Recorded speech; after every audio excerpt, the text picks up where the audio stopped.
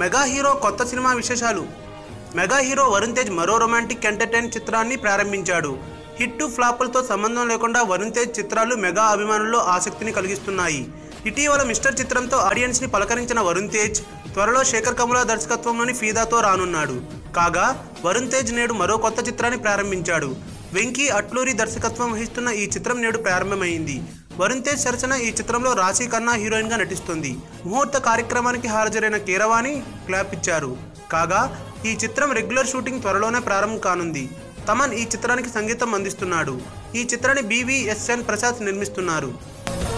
ఈ వీడియో గనుక మీకు నచ్చినట్టయితే లైక్ చేయండి, షేర్ చేయండి, సబ్స్క్రైబ్ చేసుకోండి.